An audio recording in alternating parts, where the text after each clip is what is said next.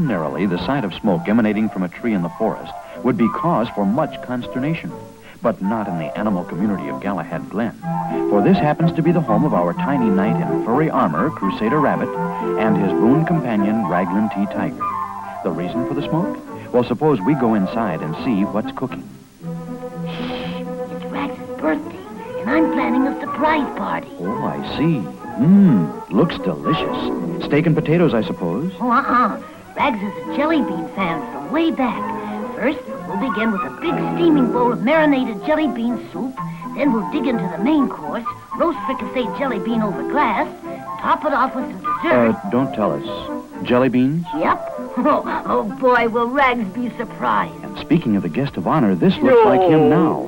Golly, Rags, what happened to you? Yeah, you know that sweet tooth of mine. Well, it turned sour. Oh, no, not a toothache. Sure enough, poor Rags had an eye tooth that had seen better days. Naturally, the plan of action called for immediate relief. First, painkiller was administered, with questionable results. Extraction seemed the next best thing, so our boys adjourned to the doorway of an obsolete shop. Don't you worry, Rags. We'll have that tooth out in a minute.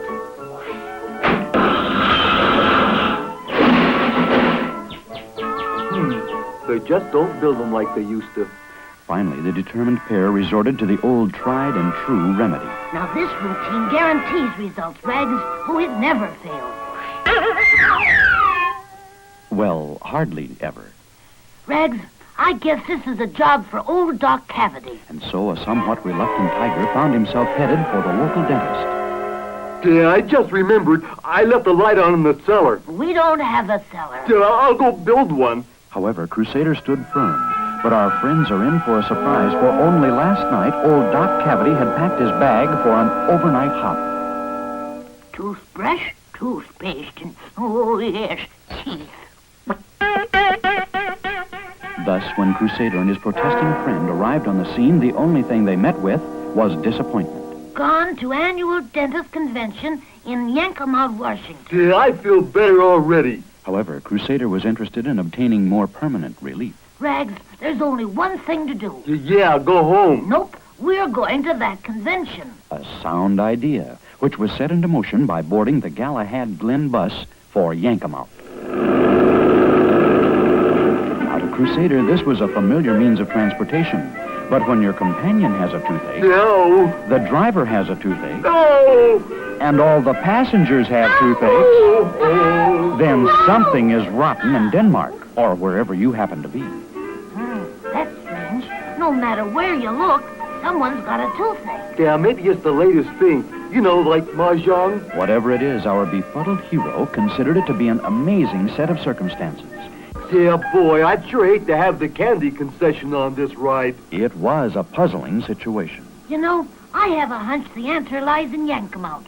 Suppose we journey ahead to that fair city and its convention hall, where the Dental Organization for the Protection of Eye Tooth Sufferers is in order. But if this is a convention, it certainly isn't the conventional type, as our heroes soon discover. Sorry, boys, but as you can see, none of us here feel up to doing any work.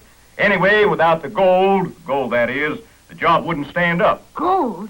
You mean gold to fill teeth with? And not just ordinary gold, son. You listening, boy? But the best doggone gold in the world. And so a most amazing tale unfolded. It seemed that the best gold for filling teeth came from a small mining town called Fennywankan, Yukon, deep in the heart of the snow-covered Alaska. For years, shipments of this precious ore had been supplying dentists all over the world. But just recently, some unknown scallywag had made it his business to see that these shipments didn't get through. And his efforts were highly successful. So that's why everyone on the bus had toothaches, huh? Right, son. The whole country is just one big swollen jaw. Crusader's concern for Rags and the nation's welfare brought him to a quick decision. And in his usual dauntless manner, he offered the services of himself and Rags to apprehend the gold robber. My boy, if you do that, the entire dental profession will be indebted to you.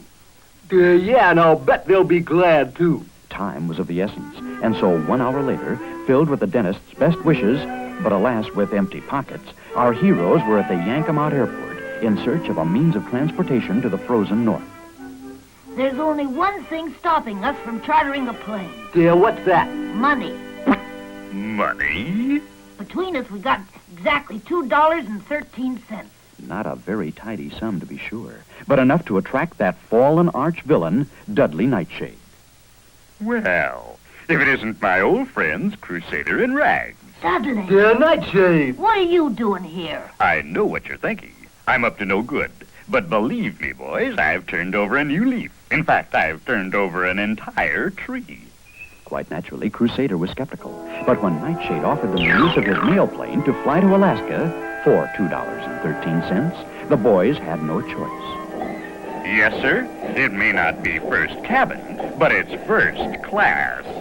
And so, snug in their sacks, our brave companions boarded the plane, unaware that up front, Dudley and his aide-de-camp, the notorious Bilious Green, prepared to pilot the controls. Gee, boss, what are them two characters doing back there? They're our worst enemies. That they are, Bilious. But you see, it's part of a wonderfully evil plan. Now, Nightshade is cast in a slightly unusual role. For you see, only yesterday he answered a help wanted ad and was hired by the unknown gold robber of the Yukon to thwart any attempts at justice. Yes, but you can bet a two-headed nickel I'll be top dog in the end. But what of our two unsuspecting heroes? With Dud at the controls, what fate awaits them? Another thing I'd like to know is what that X stands for. Yeah, I guess that marks the spot. However, closer scrutiny revealed something even stranger, for the door leading to the flight cabin showed faint signs of being off-limits. Meanwhile, beyond that door, Dudshade and Bilious were hard at work. Dirty work. Hurry it up, stupid. We haven't got all day. There she is, boss. All set. Good.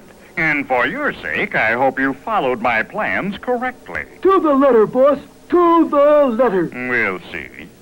So saying, the wily Dud instructed Bilious to don a parachute. All right, we're ready to road test. Stand there, stupid. Road test? I don't get it, boss. Nightshade moved to a diabolical device, made a few adjustments here and there,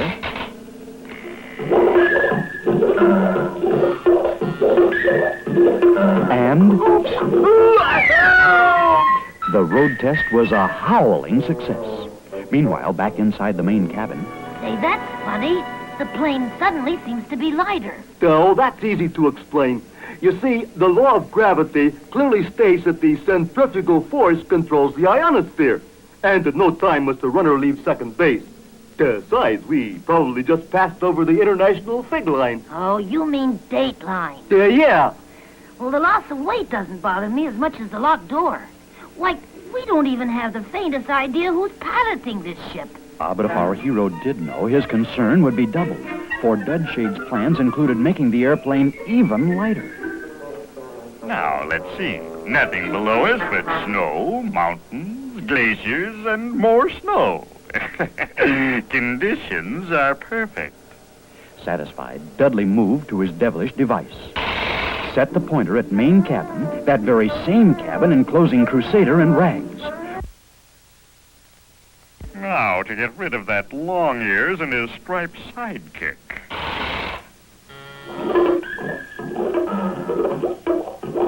Thumbs away. Oh, that stupid Bilious. He must have crossed wires. Whatever happened, it still doesn't alter the present situation. For now, Crusader and Rags are in a plane without a pilot or controls. Yeah, I got it. I finally got it. I finally figured out what this X on the floor means. Oh, what? Somebody started a tic-tac-toe game and never finished. Boy, I wish we had some faith. Well, I wish we knew who was flying this plane. Was for a moment and journey ahead to the Alaskan mining town of If Anyone Can, Yukon, where the brains behind the gold robberies is knee-deep in addition. 1,489, 1,490, 1,491, 1,492. That was a good year. 1,493. If things keep up, I'll soon have enough. From the looks of things, this sinister individual hasn't a care in the world. And why should he? Especially since his main source of opposition is running out of both time and altitude. Yeah, one thing you have to admit, the scenery sure is different. If it's anything I like, it's looking up at a sky full of land. Huh? Sure enough, much to our wee hero's dismay, they were now flying upside down. Quick, Rags, open our junk trunk. Fully aware that a crash was imminent, Rags brought out their trusty do-it-yourself-anything kit. Good boy. Now get out those 2 parachutes I told you to pack. Quick to obey, our tiger pal rummaged through an assorted pile of goodies and finally emerged holding 2 of the latest Ivy League charcoal gray natural shoulder creations. Yipes! What are they? Yeah, this is what you told me to pack. Parachutes, Rags, not a parasuit. The situation was all too clear to our tiny comrade. If a crash was to be averted, they must act, and act now. I could recite The Boy on the Burning Deck. No, he doesn't mean that kind of acting. Oh, I know. Without hesitation, Crusader dove headlong into their junk trunk and finally emerged holding a skeleton key in his furry paw. Quick as a flash, he assaulted the door leading to the flight cabin. And in no time at all, the locks were sprung. It was then that he realized that not only was the plane without a pilot, but it was also minus one other important commodity, controls. Automatic pilot. Yeah, that'll do it. So saying, Crusader pushed the button and just in time, for the nosediving plane narrowly pulled out of a head-on crash, eventually coming to a stop in a perfect 2.5-point landing. Phew. Oh, hey, Rags, are you all right? Yeah, are you sure you don't like these suits? They've got a buckle in the back. Oh, forget the suits. We just had a narrow escape. See, I don't know where we're at, but at least we're on the ground. That's funny. If we're on the ground, how come we're so high up? The reason for that, Crusader found, was simple but unnerving. With thousands of miles of snow-covered ground from which to choose, Dud's erratic mail plane had selected the very pinnacle of a towering peak on which to perch. You know, you don't seem to realize we're sitting on top of a mountain. You want to bet? There was no time for wagering, for it became apparent that with each gust of icy wind, the plane's position became more and more precarious. And even though they did their level best, our comrades were on anything but a firm footing. To make matters worse, Dud's mail plane was on the brink of falling, and that's a long way down.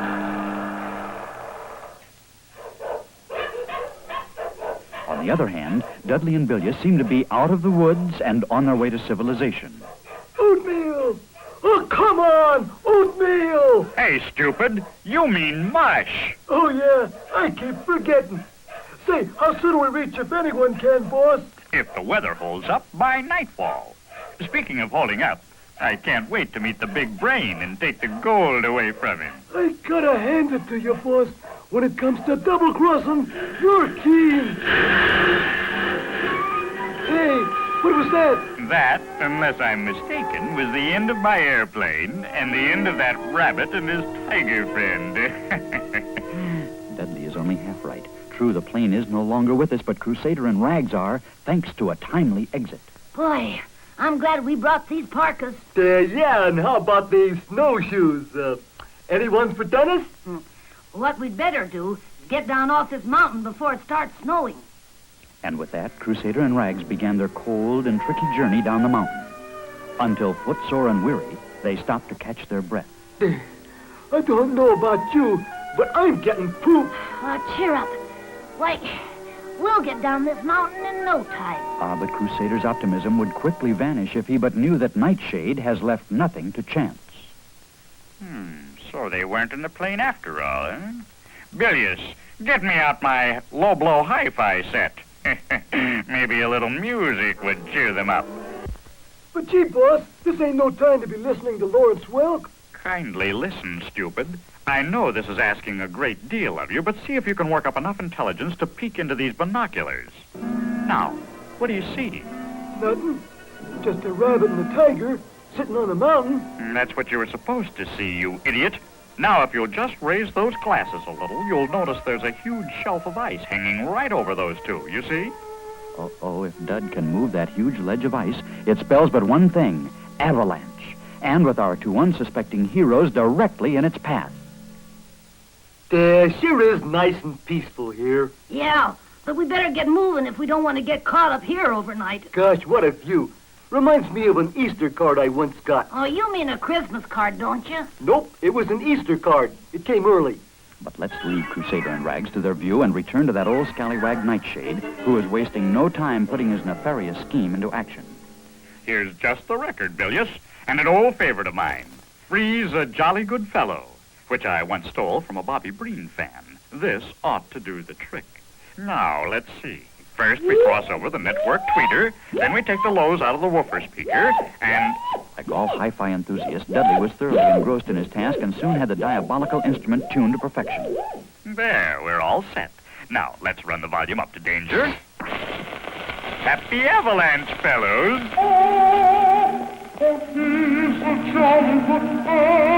Sure enough, Dudley's low-blow hi-fi set gave vent to an ear-shattering sound which blasted across the frozen wastes and ran smack dab into the overhanging ice shelf. Yeah, is that a waltz or a mambo I hear? Yikes! Well, whatever it is, it's starting an avalanche. We gotta run for it. Too late, for in a flash, the ice shelf roared down upon them, sweeping everything in its path. The highly enterprising Nightshade had seen an opportunity to make a fast sealskin or two and was booking bets from the local Eskimos. 10-1, the avalanche beats the rabbit and the tiger down the mountain. 20-1, Seabiscuit runs third. Seabiscuit, that horse is dead. So will you be if you don't shut up. Let's leave Dudley for a moment to see how our heroes are making out. Uh-oh, from the looks of things, Nightshade seems to have a winner. Collect the skins, Bilious, and pack everything. We're off to If Anyone Can, and there's no one to bother us now. A reasonable deduction when you consider that our lads appear to be buried beneath a ton of ice and snow. Phew. Hey, we got under this ledge just in time. Come on, let's hit the trail again. Okay, but this mountain sure needs some exercises the way it's fallen to pieces. Thus, a few hours later, they were once more on their way to If Anyone Can. Through dangerous ice fields, past towering glaciers, and into country that was teeming with ferocious wolves and polar bears, until finally, near exhaustion, they stopped to get their bearings. According to my calculations, we've been traveling in circles. Maybe my compass is out of whack. Well, what does it read? North or south? Neither. It's 2:15. Alas, it was soon apparent that Rags had mistaken his watch for a compass. Meanwhile, just over the next ice bridge, more trouble was in the making. For the Eskimos Nightshade had swindled had declared war on all tourists. Eskimo, get 'em lousy deal. Yeah. Tourists all time take advantage of Eskimo. Yeah. You dripping nose. Tourists him sell you ice box for new home. Now you all time catch 'em cold. Yeah. You running fever. Tourists trade you electric blanket with short. You all time in state of shock. Yeah. You aching bones. Tourists sell you new type kayak with underdrive. You all wet. Yeah. And now bookie come. Take bets on snowslide. We lose 'em fur. Yeah. We got 'em lousy deal. Yeah. We got 'em lousy odds. Yeah. I, Chief Blubbermouth, declare war on tourists. Revenge 'em. Yeah. Now it just so happened that the territory was vacant except for Rags and Crusader. Yipes! Don't make 'em false move or you goners. Yeah, but wait a minute. We're not really tourists. Yeah, we're just working our way through Barber College. Our heroes' protests were to no avail, and shortly thereafter they found themselves behind bars while their captors debated their future. Here's what we do. I once see Nanook of the North at Hammerstein's Yukon. And in that picture... Yeah, sounds like the natives are rustlers. Rustlers? Oh, you mean restless. Golly, I wonder what they plan doing with us. Daddy, me wanna throw spear at tourists. No. How many times I tell you not to play with your food? Oh. Meanwhile, inside the local hooskow, Uh-oh. Something tells me we're going to be invited to dinner. Yeah, good. I was getting hungry anyway. but our tiny rabbit hero suspects that the main dish might consist of rabbit and tiger. What's more, it took but one glance to confirm his worst fears. Boy, I wonder if those guys out there are as hungry as I am. Rags, we gotta escape. What, miss supper? Fortunately for both our boys, being in jail proved to be their salvation. For like most Hooskows, this one too was set aside from the rest of the community. In fact, at the very edge of the ice. Now, an iceberg is formed when a section of land breaks away and starts drifting, which was precisely what happened to the Eskimos' jail. Golly, Rex, I have a funny feeling we're moving. Hey, you're right. We've been launched. Sure enough, the iceberg jail drifted away from their hungry captors and sailed down the river. Well, what do you know? We're free. Ah, but not quite. True, they were no longer guests of the Eskimos, but they were still confined in the igloo jail. Golly, how do we bust out of here? Rags, it seemed, held the answer. This is how I helped the Count of Monte Cristo escape. I told him, I said, Monty, you take one good firecracker, preferably one left over from a Chinese New Year, light it, and blow Oh, it. no, Rex, wait a minute. Never fear. I'm an old hand at this.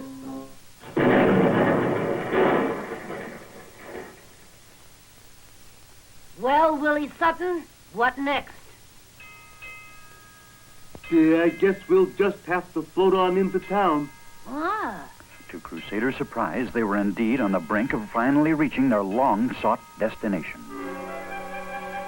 But suppose we journey ahead and see what awaits our heroes. Wow! From the looks of things, this typical Alaskan mining town is more like an armed camp. Okay, boys. The first rabbit you spot, let 'em have it. Rabbit? Oh, wouldn't you know our heroes would time their entrance just right?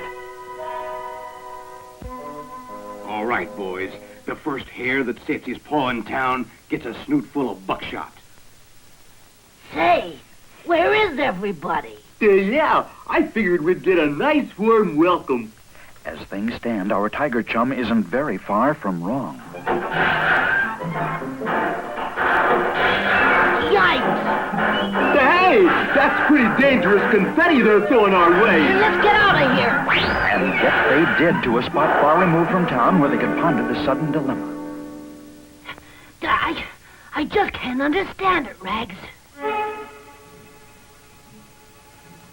I remember the face, but I can't quite place the name. Huh? One glance at the nearby tree and the answer was uncomfortably clear. For some dastardly villain had been committing wholesale chicanery, masquerading as Crusader. Golly, Rags. You know what this means. Yeah, you're running for governor. Huh, I'm better off running for cover. Why, with these posters up, I'm liable to be shot on sight. Now it just so happens that the criminal rabbit isn't a rabbit at all, but rather a rare and subtle combination of Nightshade and Bilious. Egad, it does my heart good to blemish that fair bunny's name. Naturally, when it came time to blame the gold robberies on someone, Nightshade picked his most persistent enemy, none other than Crusader. Let's leave Dudley to his dirty work and rejoin our comrades. Let's face it, Rags. As long as I look like a rabbit, we'll never be able to catch the real gold robber. True, but disguised as an elongated prospector, Crusader figured they could roam the area unmolested. Now what do I look like? Yeah, like a rabbit on stilts. But fortunately, Rags, seasoned trooper that he is, carried his Lon Chaney makeup kit at all times. Now here's the very thing. An outfit I wore in King Farouk versus Rebecca of Sunnybrook Farm.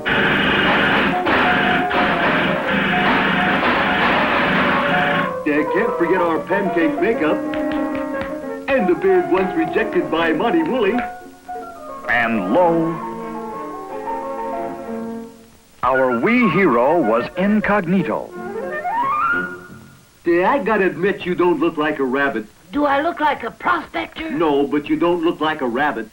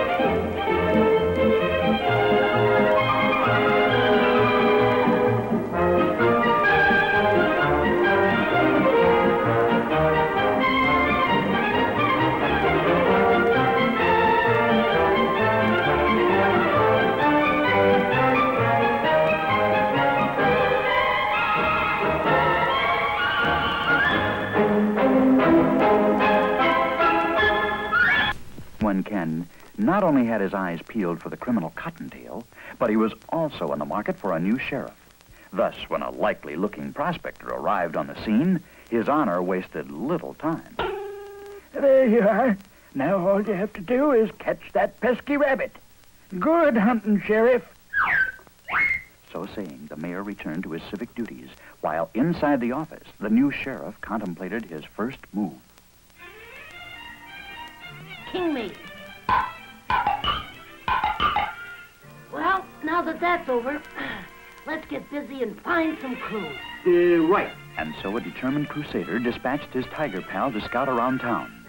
Only, wouldn't you know, there'd be a pane in the window? Nope. Pardon me, but if you're looking for clues, I'm the boy to see. Hey, aren't you Dudley Nightshade? Egad, I forgot to disguise myself. Excuse me, Tiger, I'll be right back. It took the wily Nightshade but a moment to effect a stunning change of costume. Permit me to introduce myself. Ensign Shadley Nightdud of the Loyal Canadian Unmounted Police. How about that? I thought you'd be impressed. Psst. Now listen. I just overheard two crooks say they're going to rob the gold shipment near Creaky Creek. Now, it might bear looking into. Moments later, our valiant arms of the law are overlooking the trail near Creaky Creek. Actually, Crusader is overlooking nothing. He has one plan in mind. Ambush the ambushers. If someone's gonna rob the gold shipment, we'll catch him red-handed. Huh? He means empty-handed. Uh-oh, unknown to our heroes, old rabbit-eared Bilious lurks in hiding also. Gee, but I love my job. And with that simple comment, Bilious delivered a strongbox RSVP. The RSVP meaning, Rag seems very put out. Fortunately for our striped comrade, the strongbox landed on his head. Golly, a bag of gold dust. Yeah, and a note. It says, and I quote from the bottom. Oh, you mean verbatim. Yeah, anyway, it says, Dear Sir, I swiped this from the gold shipment just for you. Now, you can take the blame. What's it mean? It means we've fallen into a trap. Trap is right, for behind them stand the driver and guards of the looted gold shipment, all too eager to recover the gold and tighten the noose around Crusader's neck. You fellas lost the cow? Howdy, boys. Nice day. But the boys weren't interested in cattle or the weather. On they came. Something tells me we're coming to the end of our rope. I'd better think of something, and fast. Crusader's nimble noggin went into overdrive, and just when a hanging seemed inevitable, the strong right hand of the law reached out. Stop! As the new sheriff of If Anyone Can Yukon, I hereby deputize all of you as my posse and order you to take immediate possession of this strongbox. It was as simple as that. 10 minutes later, the sheriff and his deputy and posse were on their way back to town. Well, at least we don't have to worry about one problem. Well, what's that? Which one of us was going to carry that strongbox? True. But another problem was in the making over at the If Anyone Can airport. For Bilious, acting under Nightshade's orders, carefully appraised the airplane situation, decided upon a selection, and was airborne. His destination, a spot directly over the sheriff and his posse. The swallows are going home early. Oh, that's no swallow. What then? A hiccup? That's a plane. And I don't like the way it keeps circling over us.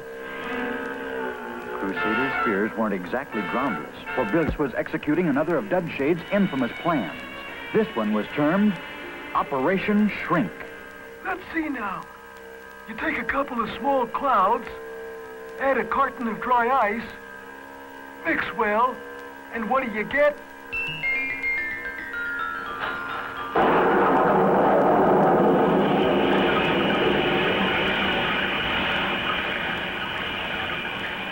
Now that guy up there, he made it rain on purpose. But why? Yeah, maybe he's selling umbrellas. If he wanted to do some damage, why didn't he drop a bomb? Maybe he was fresh out.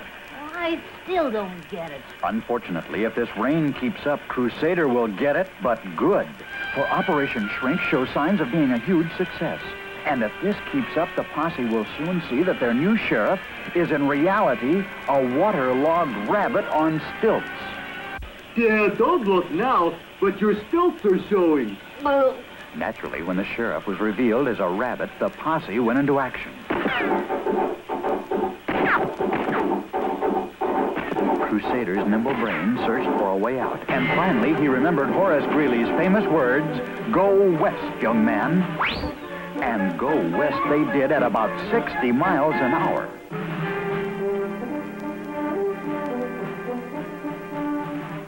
3 corns and 1 fallen arch later, our winded comrades came to a stop.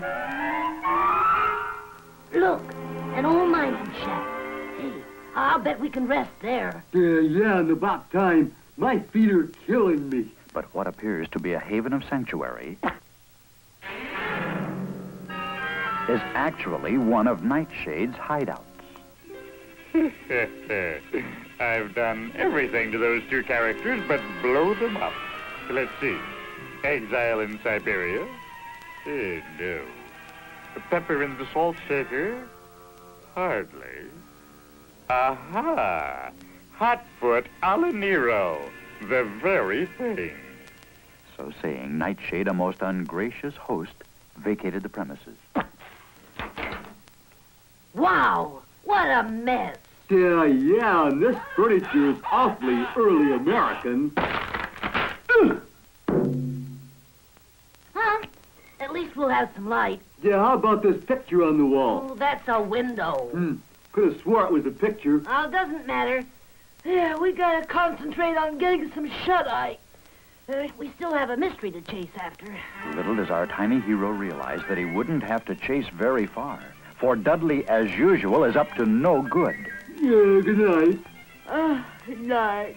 Thanks for locking the door. Huh? I didn't lock it. You must have. Yeah, did I? It shows you how you forget. Actually, Nightshade has taken care of that little detail in a big way. Yeah, oh, by the way, if you get cold later on, let me know and I'll turn the heat on. That, Rags, is wasted consideration, for at that very moment, Dudley was busily engaged in providing heat. My only regret is I forgot to bring marshmallows. But what of our 2 heroes? Is this to be their final crusade in the name of justice? Perhaps not. Old and clear. But by then, the old mining shack had been reduced to ashes, and not a trace remained of our brave adventurers. Curiously enough, Nightshade was still at the scene of his crime, and was soon joined by his henchman, Bilious Green. Hey, what happened to the shack? I had it done over, stupid. Dudley then proceeded to outline last night's tragic events. Holy cow, boss. I don't care about them 2 animals, but all the gold we've been stealing is under the trapdoor. So this had been the storing place for the stolen gold. Leering triumphantly, Dudley led his grief-stricken associate through the smoldering ruins to the trapdoor, which was unharmed thanks to a section of stage curtain Nightshade had once swiped from Grauman's Chinese. You didn't know I was once a chief usher in the balcony, did you? And that I forged footprints in cement? Gee, boss, nothing you ever did surprises me. But there is something that would surprise both our villains. For Crusader and Rags had not been barbecued as supposed, but instead had found refuge in one of the gold crates. Hey, this one must weigh a ton. Give me a hand, boss. Egad, this one must hold a fortune. It's getting too heavy, boss. What'll we do? Just let it go. Who cares about a cracked crate?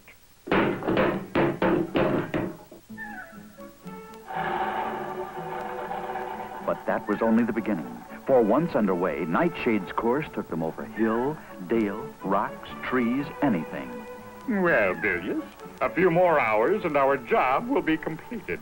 First, we'll take the gold to the lost mine. Then we'll settle the score with the big brain. Meanwhile, back inside the crate, forgetting their aches and pains, our heroes were all ears. So, Nightshade has been stealing the gold for someone who calls himself the Big Brain, huh? Golly, Rags, You know, if we play our cards right, we can trap the whole bunch. However, our tiny rabbit friend may be underestimating his adversaries, which could prove fatal. For not only are Dudley and Bilious two of the trickiest rascals, but by the looks of things, the mysterious Big Brain is prepared for all eventualities. I don't hold for violence in any form. But if anyone dares try to take my gold from me, I'll fix their cotton-picking wagon. I think you'll agree our boys may be heading into a hornet's nest. Nightshade, Bilious, and the Big Brain. Hey, Rags, this may be our big chance. And so while our heroes confidently map their plans, let us return to If Anyone Can, Yukon, where the constant gold robberies are having a telling effect. Indeed, as you can see, gold in any form is kept under strict lock and key. Pardon me, sir. You being the town's assayer, is there much gold coming in? Gold? Why, gold is as scarce as a $4 bill. You seem to have plenty of it there. This ain't gold, son. It's tea. I like a strong cup. Meanwhile, Nightshade's precious caravan finally reached its destination. What do we do? Stop for a red light? No, we're at the Lost Mine. And, oh, shh, someone's coming. Sure enough, the two scallywags headed for the rear, and wouldn't you know, the first thing they'd think of was to check the cargo. Okay, boss. This is the last one. Well, open it, lame brain. This isn't a half-hour show. Wasting no time, Bilious stooped to his task. Hey, where'd it go? Where did what go? The crate. I had it here a minute ago. Egad, what's in that thing? Mexican jumping beans? There followed a well-organized attempt at pinning the elusive crate in one spot.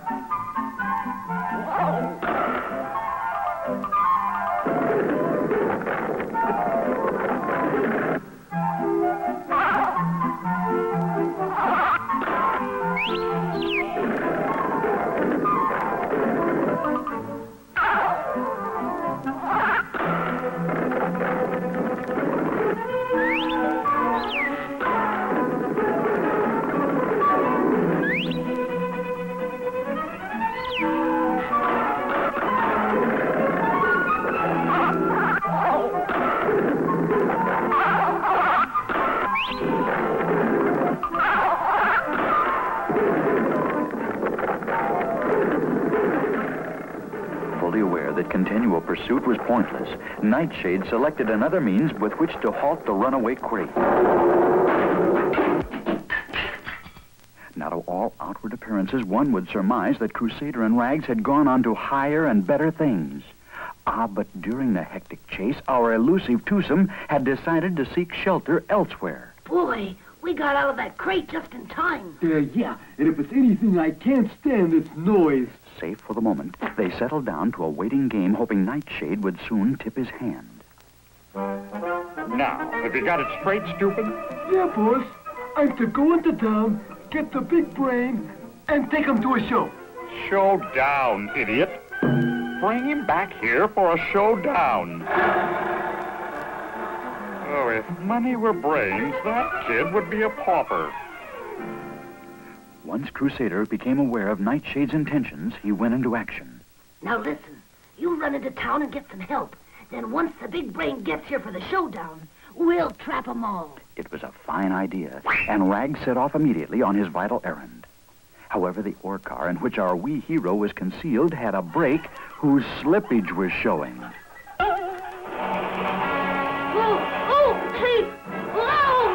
And with a mighty surge, the ore car and our hero hurtled down the incline straight into the mouth of the mine. Then soups, it's that rabbit again, and he's stealing my ore car. Once inside the mine shaft, Nightshade found his initial reaction was premature, for the ore car hadn't been stolen, although it was slightly demolished. Oh, well, so we'll call it a demonstrator model. As for Crusader, the crash had catapulted him to the bottom of a nearby deep pit. Wow, some ride. Egad, I thought I'd gotten rid of you. Well, you haven't. and I hereby place you under arrest for robbing the gold shipment. You? Arrest me? Huh. Nightshade might have thought he held the upper hand, but what Crusader was counting on was a timely arrival of Rags with help from town. And it wasn't too long before our tiger friend appeared. Huh? The jig's up, Nightshade. Whoa! Poor Rags, just as he was about to take charge, some unseen hand pushed him into the pit, too. Golly, Rags, didn't you bring any help? You bet I did. I brought the mayor. Boys, meet the big brain. So that's the unknown mastermind, the kindly old mayor. Well, obviously our comrades are in rather deeply. I never figured the mayor as the big brain. Yeah, me neither. I thought the butler did it. And to think we trusted that guy. Not one to dwell on past mistakes, Crusader quickly organized a two-man excavation unit. Okay, let's see if we can dig our way out of here. This was easier said than done. For one thing, a shortage of tools proved to be a handicap. Then, too, Nightshade's lost mine was composed of an obscure mineral known as rock and roll. Lo, one had but to move a rock when another would roll in its place. However, under Crusader's imaginative direction, they did succeed in erecting a series of boulders which almost brought them to freedom. Now, here we have an interesting view. Breathtaking, isn't it? Indeed it was. Oops. And even more breathtaking was the plunge the mayor took. Yeah, what a time for the mayor to drop in. Good grief. I've been double-crossed. Well, it serves you right. You ought to be ashamed of yourself associating with a blackguard like Dudley Nightshade. That was all it took to launch his mayor into a fit of remorse. I knew it was wrong, stealing the gold, but I never meant to harm anyone. The mayor, it seemed, was one of those civic-minded citizens who valued his community above all else. His one desire was to make, if anyone can, as illustrious a metropolis as San Francisco. Naturally, he figured a bridge like the Golden Gate would turn the trick. Only the mayor's Golden Gate would be constructed of real gold. So you stole the dentist's gold to build a bridge? Yep. But what about the folks who've had to go around with toothache? Yeah, and don't forget us tigers, too. It wasn't long before the misguided mayor began to see the light, and in no uncertain terms, he begged for a chance at atonement. Well, we can try to get the gold back, but first we gotta escape from this mine pit. But alas, darkness made the task impossible. Boy, if we only had a candle. Yeah, now that's what I call service. Ah, but would Rags be so overjoyed if he knew that the candle was actually a stick of TNT, courtesy of Dudley Nightshade? If those three are looking for a way out, the least I can do is help. So saying, the considerate Nightshade quickly departed. While below, Rags put the newly found candle to good use. Yeah, like a little light on the subject? Golly, Rags, where did that candle come from? Yeah, I just looked up, and there it was. Well, it sure comes in handy. Not one to look a gift horse in the mouth, or a gift candle for that matter, our heroes eagerly went to work. However, elsewhere, the efforts of the prisoners were greeted with anything but optimism. Let them dig all they want. In just about 60 seconds, this show will be minus its 2 stars and a character actor. Yeah, but gee, boss, I always watch this show. So switch to Howdy Doody. Now, have you got all the gold loaded on the truck? I sure have, Chief.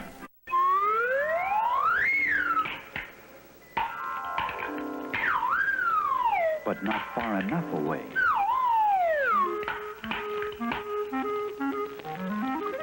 Yeah, what'll we do? What?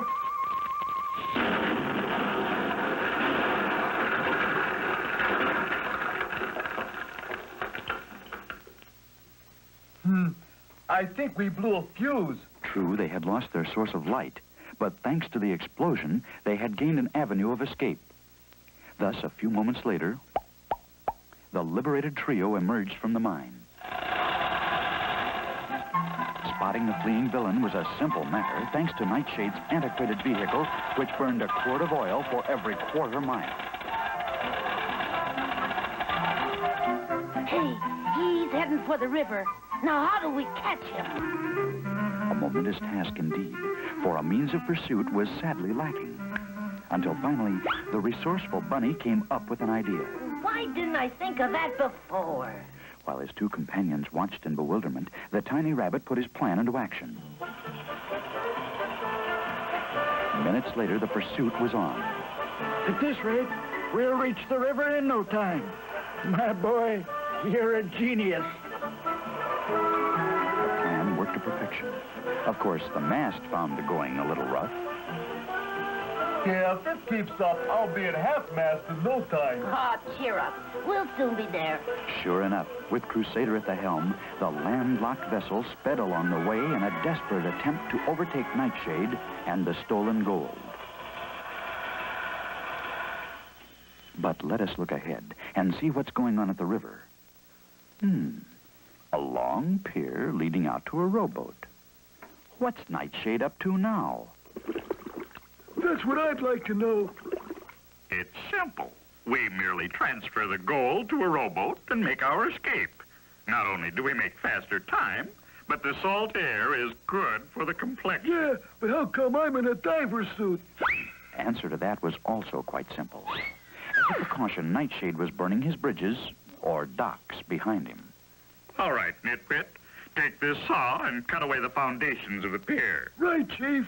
Meanwhile, I'll be busy transferring the gold to the boat.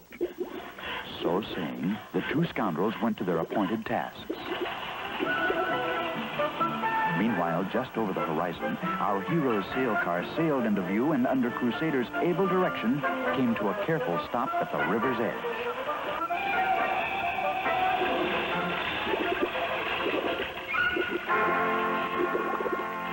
Yeah, I think your brakes need tightening. However, their arrival did not go unnoticed. Nightshade, having shifted his cargo, surveyed his pursuers from afar, a triumphant leer on his evil face. Listen, don't you think those adjectives are unduly harsh? How about a triumphant smirk on his nasty face? That's better. Anyway, there Dudley stood, confident that his three enemies could not touch him. And why not? For below the surface, that foul ball Bilious had succeeded in sawing away the foundations of the pier.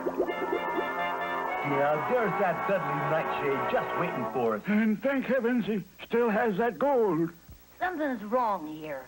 Why would those two scoundrels just wait there for us when they could get away in the boat? Yeah, maybe they wanted to sing Aloha Oy Vey. Of course, the lads never dreamed the pier had been undermined, so it came as quite a surprise when the footing became moist. Uh-oh. I don't like the looks of this. Crusader's doubts increased considerably with each step until finally it was decided that they seek firmer footing. And just in time, for in a flash, the pier collapsed and quietly sank into the river. And that, my faithful Bilious, is a lesson in destructive engineering. Ah, but our hero doesn't seem to be too concerned. Don't worry. Unless I miss my guess, Dudley and Bilious are in for a shock. Oh, they'll never get away. While Crusader and his bewildered companions watched from shore, Nightshade and Bilious prepared to shove off. Into the boat, Bilious.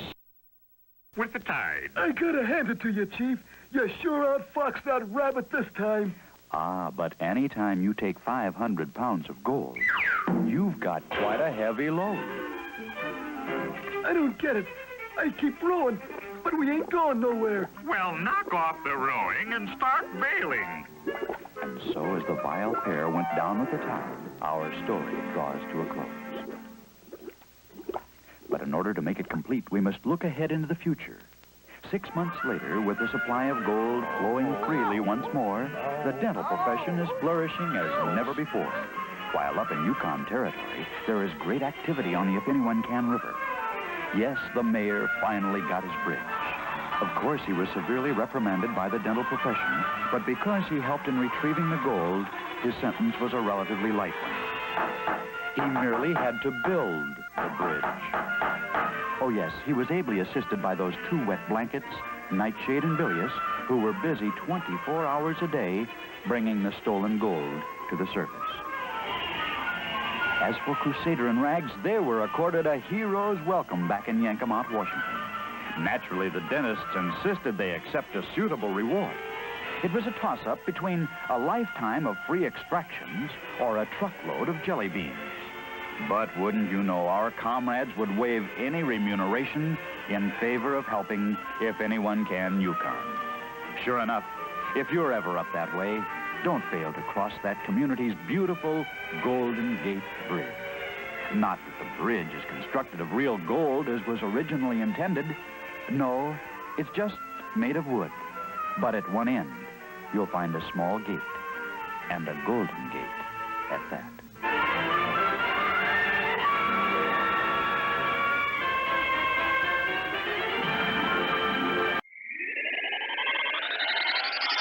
Tune in to Saturday Cartoons, Saturdays at 9 a.m. Eastern on Recall Cafe.